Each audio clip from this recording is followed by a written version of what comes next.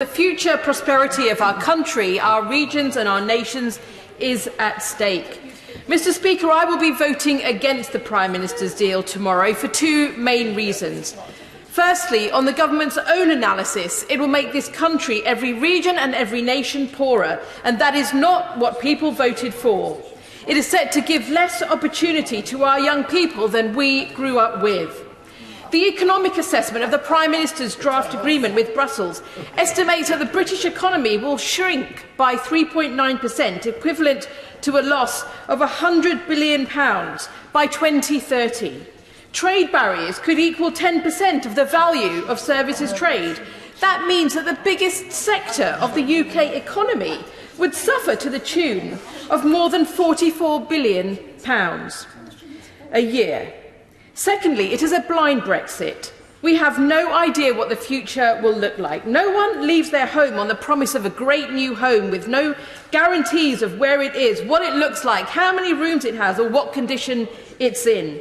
But that is what the Prime Minister is asking us to do, like an estate agent who then scarpers when you're left standing with your suitcases. The political declaration gives no certainty or clarity about the direction of our future relationship with the European Union, and it is a gamble that I will not take. Mr. Speaker, hundreds of residents and indeed businesses in my constituency have contacted me over the last few weeks and months, young and old alike. Businesses report stockpiling, concern for the future, perhaps not the most immediate future, but the medium and longer term. They should be planning production, not planning employee leave during April, May and June while they work out what the future looks like. 60% of those who have contacted me back a people's vote and a further 20% to remain in some form. Only 10% say that they should vote for the deal or leave with no deal. Mr. Speaker, all too often I find myself scratching my head in disbelief about where we have reached and the kamikaze attitude of this government on no deal. We for generations have had an assumption of progress, a promise as a nation about what the next generation should have and that they should do better than the last.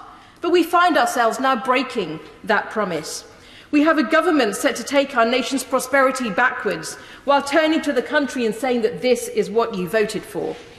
And contrary to the sunny uplands of the most eloquent speech of the member for North East Somerset, we know that under such a deregulated free market future that many hard Brexiteers will look to, the rich will get richer and the poor will see less and less of the wealth of their nation. Progress is not something that we can take for granted. It is something in politics that we have a duty to fight for and to protect. But, Mr. Speaker, time is running out and we have choices to make. It would be my preference to remain and reform, and I would support a second referendum between remain and a deal as agreed by this House. If we are to leave, then it should be leaving in a way that delivers on the referendum, but with the least damaging economic impact. A single market and customs union solution, a common market 2.0, as a base from which to build our future relationship.